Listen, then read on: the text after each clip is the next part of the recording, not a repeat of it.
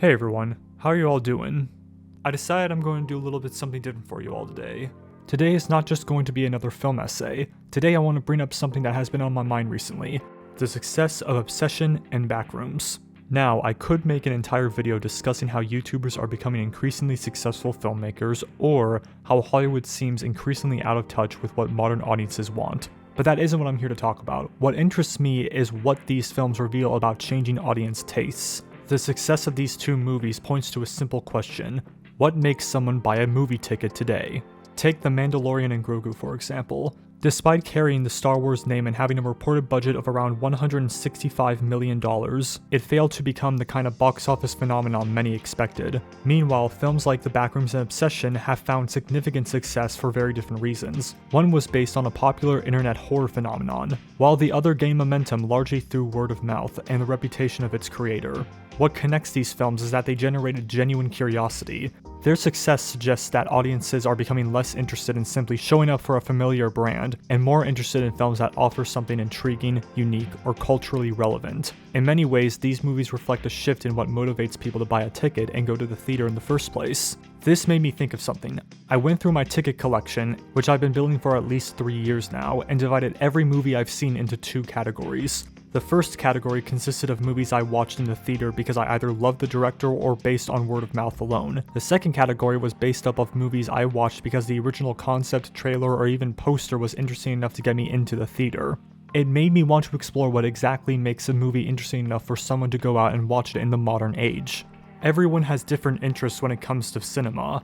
For standard film lovers like myself, we would love to go see a movie like Kinds of Kindness, Eddington, or Die My Love because we love cinema and want to see what talented filmmakers are capable of creating when they are given the freedom to pursue their own artistic visions. We're interested in the directors, the performances, the themes, and the craft behind the film itself. However, most moviegoers don't think about movies in the same way. The average person isn't keeping track of film festival premieres, director filmographies, or upcoming art house releases. They need a more immediate reason to buy a ticket. That's why many critically acclaimed films can struggle at the box office despite receiving praise from critics and dedicated film fans. For most audiences, the appeal of a movie has to be communicated instantly through a compelling concept, an exciting trailer, or a strong cultural presence. If that connection isn't made, many people simply won't see the film, regardless of how good it may actually be.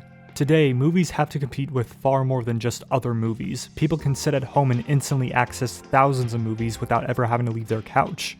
I know people who purposely wait to watch movies on streaming because they don't want to pay to get a ticket. Because of that, going to the theater has become more of a commitment than it used to be. A movie now has to feel important enough to justify the time, money, and effort it takes to go out and see it. That is why recognizable IPs have become so dominant in modern cinema. Studios rely on familiar names because they already have a built-in audience, but at the same time, this also makes truly original films stand out even more when they manage to capture people's attention. When a completely new idea is able to convince someone to leave their house and buy a ticket, it proves that audiences are still searching for experiences that feel fresh, memorable, and worth seeing on the big screen.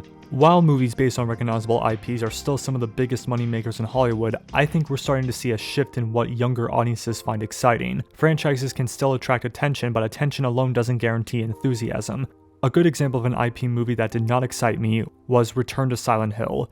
Just from watching the trailer, I had a feeling that the movie was not going to be very good, and I ended up skipping it in theaters despite being a massive fan of Silent Hill 2. I mean, it's one of my favorite games of all time. On paper, I should have been the exact audience this movie was made for. It had a recognizable franchise attached to it, a story I was already familiar with, and a built-in fan base ready to support it. Yet none of that mattered because the movie never convinced me that it was offering anything worthwhile beyond the name attached to it. That's what made me realize that an IP alone isn't enough to get people into theaters. If it were, I would have bought a ticket immediately. Instead, the trailer made the film feel lifeless and predictable. The success of films like The Backrooms and Obsession suggests that many younger moviegoers are becoming interested in projects that feel new, unpredictable, and tied to modern internet culture. The Backrooms may have been based on an existing property, but it wasn't a decades-old franchise backed by a major studio. It grew organically through online communities, theories, and fan discussions.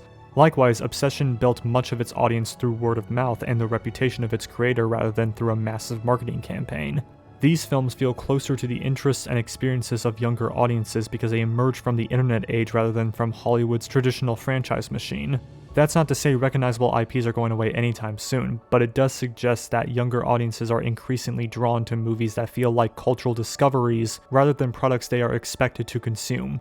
In a way, films like The Backrooms and Obsession are becoming the modern equivalent of cult movies. Projects that generate excitement because people feel like they have found something unique, not because a studio spent years reminding them that it exists.